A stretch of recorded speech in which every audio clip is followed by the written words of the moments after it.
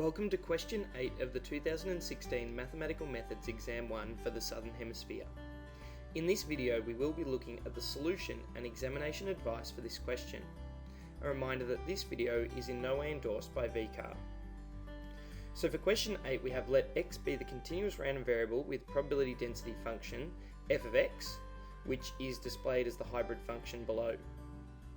Part of the graph of f is shown below, and the graph is known to have a turning point at x equals 1 on e. For part A, we want to show by differentiation that x to the power of k divided by k squared multiplied by k log e of x subtract 1 is an antiderivative of x to the power of k subtract 1 times log e of x, where k is a positive real number. So what we're going to need to do for this question is differentiate this expression here. And to do that, we can identify two functions that are multiplied together, so we need to use the product rule.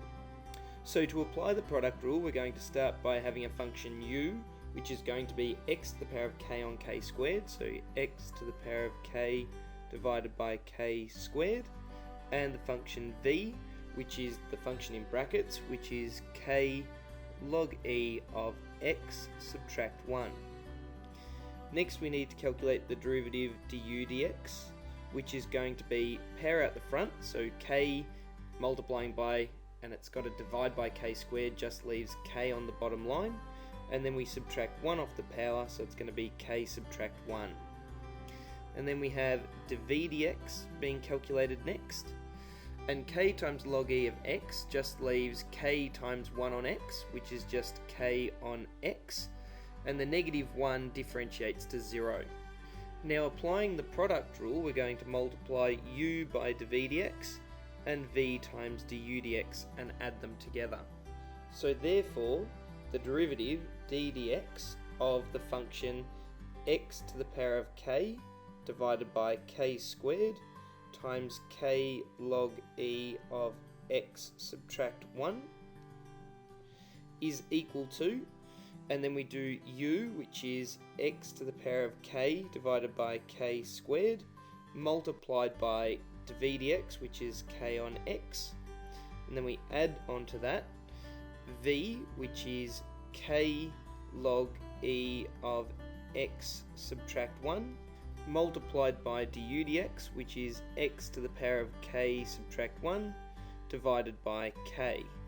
So on the next line, that is going to equal, if we have a think about what cancels out here, the k here and one of the k's in the k squared can cancel, and because we have the same base, and this is x to the power of 1 on the bottom line, we can write the first term as being x to the power of k subtract 1 divided by k, and then we add to that, and without changing our second term, that's just x to the power of k subtract 1 on k multiplied by k log e of x subtract 1, and now we can see that x to the power of k take 1 over k is a common factor to both of these terms, so this would be equal to, and factorising out in green, the x to the power of k subtract 1 over k, and when factorised that would leave behind 1 plus k log e of x subtract 1. And now this positive 1 and negative 1 here can cancel.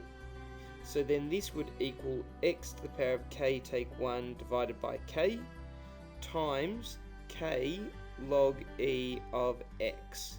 Again, looking to simplify, we can see there is a factor here in the denominator and numerator that can cancel. So that is simply going to be equal to x to the power of k take 1 times log e of x. And now we're very close to showing what we need to show. So writing this out so it's really easy to see, we know that the derivative now of x to the power of k on k squared times k log e of x subtract 1 is equal to x to the power of k subtract 1 times log e of x. And now if we were to integrate both sides with respect to x, and integrate with respect to x, this would give us what we were asked to show from the start. So that would show that the integral of x to the power of k subtract 1 times log e of x dx is equal to, and over on the left hand side, the integral of the derivative undoes each other. So we get x to the power of k divided by k squared times k log e of x subtract 1. And that is the result that we were hoping to show at the start of this question. So from the examiner's report, we can see that 62% of students got no marks for this question, although the examiner did state that the question was well attempted. Most students applied the product rule, but struggled with the algebraic manipulation that was required, often confusing a constant k with the variable x, and that gave them an incorrect result. Students who expanded the expression before differentiating, or those who made fewer manipulations along the way, tended to score more highly. Some students differentiated the wrong expression.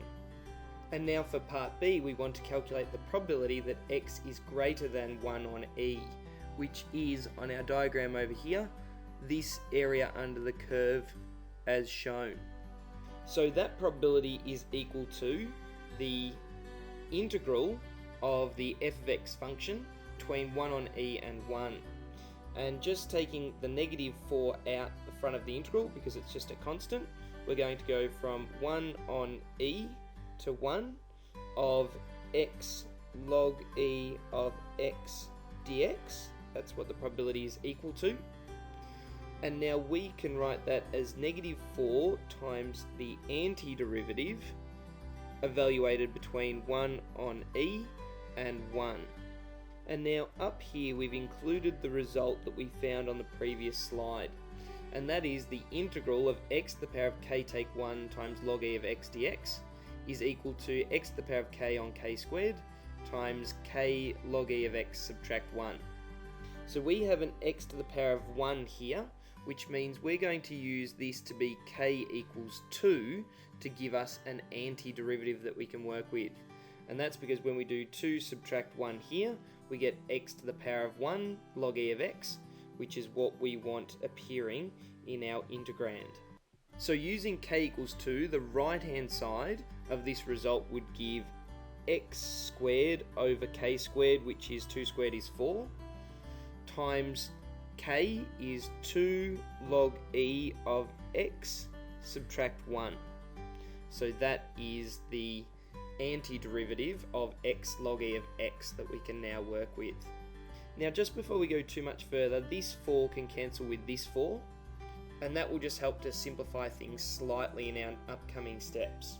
So this is now going to equal, and because we have this negative sign out the front, we can't forget about that, so I'm going to put the negative sign out the front of a big green bracket, and we'll deal with that as we go along. And then to evaluate this antiderivative between 1 on e and 1, we sub in the upper limit, so we get 1 squared multiplied by, and then we have 2 log e of 1 subtract 1. And then we subtract away from that the lower limit substituted in, so we get 1 on e squared times 2 log e of 1 on e, and subtract 1 is still there, and the green applies to all of that, so we need to close off that bracket. And then this is going to equal, and now we can't forget that negative 1 out the front in green, and 1 squared is simply 1. Log e of 1 is 0, so 2 times 0 is 0. So for this first bracket, which is when we subbed 1 into the antiderivative, we just get 1 times negative 1 is negative 1. And then we get minus, and in the second bracket, we have 1 on e squared times, and then we have 2 times log e of 1 on e, but log e of 1 on e is the same as negative 1. And just so you can see that done out here, we have log e of 1 on e is the same as log e of e to the power of negative 1. And that's equal to negative log e of e. Log e of e is 1, so overall that is simply negative 1, which is what we discussed previously. So we have 1 on e squared times, and it's going to be negative 2 minus 1 in brackets. And then we also have the green, which applies to all of that.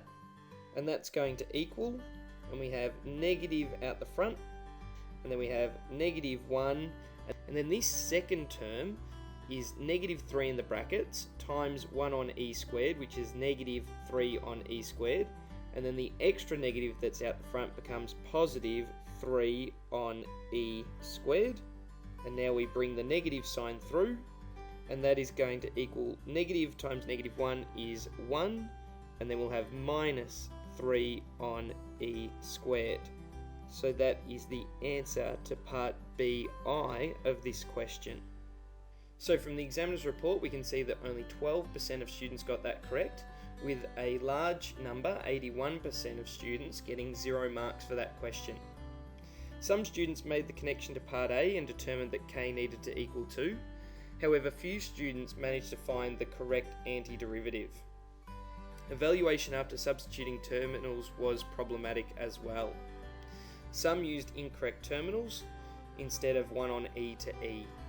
For part B, part 2, it says hence explain whether the median of x is greater than or less than 1 on e, given that e is greater than 5 on 2. So the word hence means that we're going to connect it to the previous parts of our questions. So we know that the probability that x was greater than 1 on e was equal to 1 subtract 3 on e squared. And now if e is greater than 5 on 2, then e squared is greater than 5 on 2 squared. So therefore we can say that e squared is greater than 25 on 4. And then we end up with 3 on e squared, so we need to keep working this through. So we have therefore 3 on e squared. And now when we put 25 on 4 in for e squared, just to continue this right hand side, we actually get 12 on 25. But we've got to decide whether 3 on e squared is greater than that or less than that. So if e squared's bigger than 25 on 4, when we put that into the denominator, we actually find that 3 on e squared must be less than 12 on 25. And that's because when we're dividing by the fact that e squared is bigger than 25 on 4, then 3 on e squared dividing by an even bigger number must be less than the 12 on 25 on the right hand side. So now that we've logically worked through that, we can say that the probability of x being greater than 1 on e must be greater than 1 subtract 12 on 25.